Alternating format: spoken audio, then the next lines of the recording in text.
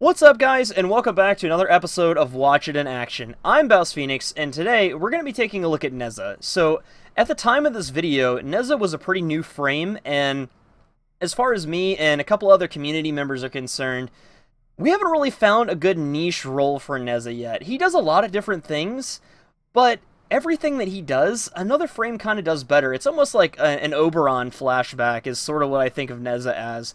The plus side to him is he's extremely mobile and very fun to play, and I'll show you some of the play style here in just a second. But first, let's take a look at the build. So over here, I've modded him more for crowd control than damage because a lot of his damaging abilities don't scale very well. They don't have the scalability that we're looking for endgame content. And those of you that have been watching this series know that whenever I create a build, I create it with more endgame content in mind, because I want you guys to be able to take any of these builds and handle just about anything this game is going to throw at you. So you'll notice here that we've got corrosive projection on the aura slot, and the cool thing about this is he comes with a dash polarity, so you don't have to form of this out of the box. The other thing, we've got our prime continuity and prime flow. If you don't have those, the regular flow and regular continuity will work just fine. We've got some vitality for health. The streamline's going to help with that efficiency. Overextended for the range. Constitution for more duration for our toggled abilities. Transient fortitude for that little bit of power strength to keep us in the positive here. Just to get us, the transient fortitude and the intensify to get us out of that negative 60% power strength by overextended. So that way our abilities do a little bit of damage. And they'll be pretty effective against some lower level guys. So let's take a look at Nezha's abilities real quick and see what we're working with. The first one we got here is called Firewalker, and essentially what this does is it's a toggled ability that will leave a trail of fire behind you. And what this does is it will scorch enemies, basically putting a fire proc on them, which is really nice because that allows us a little bit of extra crowd control. Because when enemies are hit by a fire proc, they panic and they're in place, they're waving their arms around, they can't really do much, they essentially become useless for a few seconds for the duration of that fire proc.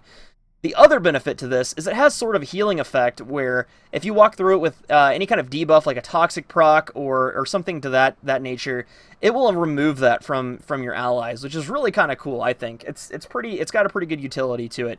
The other thing too is this will also increase your sprint speed. Nezha's next ability here is Blazing Chakram, and this is a really cool mobility skill, and essentially how this works is you'll throw it, and I like to think of this like the glaive, like kind of how you throw the glaive or the halakar or any kind of throwing weapons. Essentially what happens is you throw this, and then when it hits enemies, it A, knocks them out of place, it'll knock them down, it's decent crowd control, and B, enemies that are hit by this, when they're killed, they'll emit a healing blast that will heal you and your allies when they die. The last thing about this is it's a really good, mobility tool because it allows you to instantly travel to wherever the ring is thrown. The only bad thing about this is the range is kind of short. Even with overextended, it only goes up to 15 meters. So that's kind of a drawback, but it's still pretty useful. The next skill here is Warding Halo. And essentially what this is, I think of this like Iron Skin for Rhino. This is basically an Iron Skin. It has a health and that is based on power strength, so the more power strength you have, the more damage absorption you're going to be able to get over here. Right now, we're kind of low at 1,671. That's not going to absorb a whole lot of damage. That's going to go away pretty quick. So the other thing about this is it will stun melee targets or any other enemy that gets too close. So if you have a Radial Disarm Loki in your squad or something like that, something that makes enemies revert to melee tactics, this is going to be a pretty good skill for you because it's going to keep melee enemies off your back. The last ability here is Divine Spears, and this ability I feel could be so much better.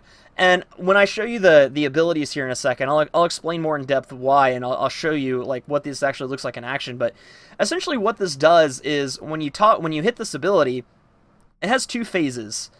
You'll shoot spears up from the ground that will impale any enemies in the nearby area, and that leaves them immobile. It'll do damage to them, and they'll be hanging there in the air, pretty helpless. You can pick them off with, a high-powered weapon like the Rubico or pretty much anything, whatever you want, really. And then, the second phase, when this power duration timer runs out, you'll do a slam.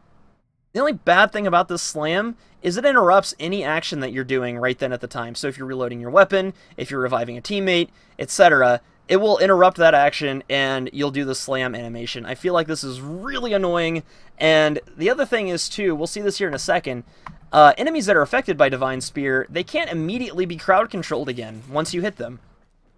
So we're going to grab some energy here real quick, and I'll show you how this guy works. We're going to use some pretty high-level enemies here.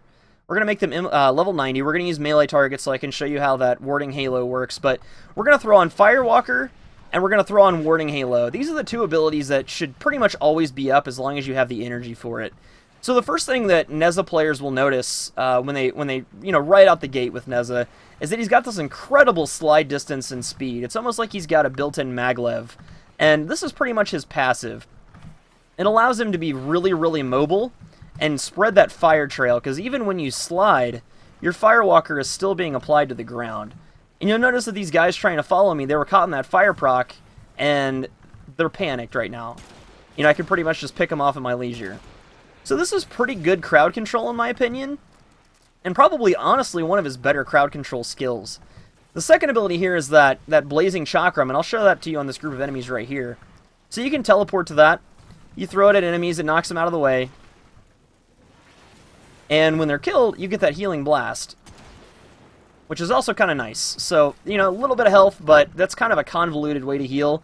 You know, Trinity pretty much does it better. You get a heal when you press 4, and it's instant, heals all your health. So I don't know how I feel about that ability.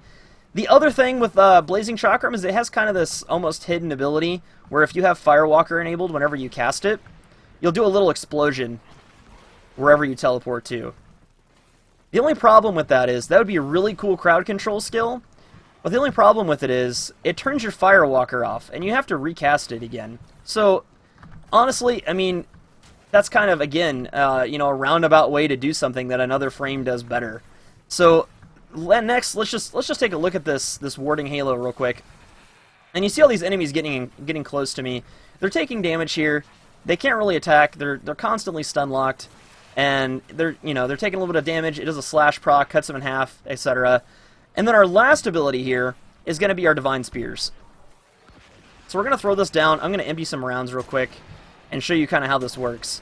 It has a really good range. That is one thing I can say about this skill. The range is pretty decent.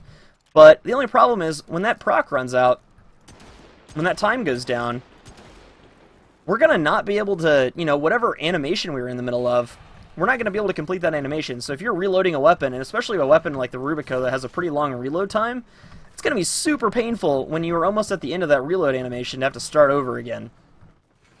But all those things considered, that being said, you know, I know this is kind of like a Bash Nezha video, but I really like this frame. I want to like this frame more. I want to see it fit in more roles and be better at what he does. If anything, just pick one thing and specialize in it, because I feel like he's kind of an amalgamation of a bunch of different frames. He's like, I like to think of him as if Rhino and Ember had a child. He's kind of the product of that union. So, that being said, hopefully in the future here, we'll find some more roles for Nezha. We'll find, you know, better builds, stuff like that. But for now, this build will pretty much handle just about any situation you'll be in. It's a lot of fun to play. You can use all of his abilities to decent effect.